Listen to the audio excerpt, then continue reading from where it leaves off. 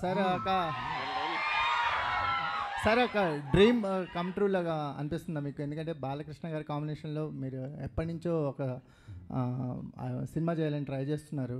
ఇప్పుడు విజువల్స్ చూసిన తర్వాత ఒక ఐ ఫీస్ట్ కనిపించింది. నిజంగా ఒక ఫ్యాన్ ప్రొడ్యూసర్ అయితే ఎలా ఉంటుందో ఆ రేంజ్ కనిపించింది విజువల్స్లో కానీ, అపీరియన్స్లో కానీ, బాలకృష్ణ గారి అపీరియన్స్లో కానీ. సంక్రాంతికి ఒక ఒక అవుట్ స్టాండింగ్ ఫిల్మ్తో రావడం అనేది ఒక సాంప్రదాయం అవుతూ పోతుందా? అంటే లాస్ట్ ఇయర్ ఈ ఇయర్ కంటిన్యూస్ సంక్రాంతికి వస్తున్నారు. అంటే ముందు మీరు అన్నట్టు నేను బాబీ అదే ఇప్పుడు లాస్ట్ 20-30 years నుంచి బాలకృష్ణ గారిని ఎలా చూస్తున్నారో అలా కాకుండా కొత్త రకంగా చూపిద్దామనే ఇప్పుడు విజయ్ కార్తిక్ అన్నని జైలర్ అయిన తర్వాత తను తీసుకురావడం, ఇట్లాంటి విజువల్స్ ప్లాన్ చేయడం. బాబీ చెప్పినట్టు ఇది అసలు మీకు నథింగ్. సినిమాలో ఒక 5 బ్లాకులు నేను 5 బ్లాకులు చూశాను. థియేటర్లు రేపు మామూలుగా ఉండదు. ఒక 5 బ్లాకులు సినిమాలో.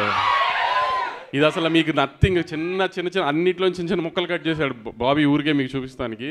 అసలు మీకు ఇంటర్వెల్ షాట్లో ఒక సగం స్క్రీన్ డివైడ్ అయ్యి ఒక చోట ఒక సైడ్ బాబీ డియోల్ గారు, సైడ్ బాలకృష్ణ గారు ఉంటారు. ఆ సీన్కి మీరు వెయిట్ చేయండి. బాబీ గారు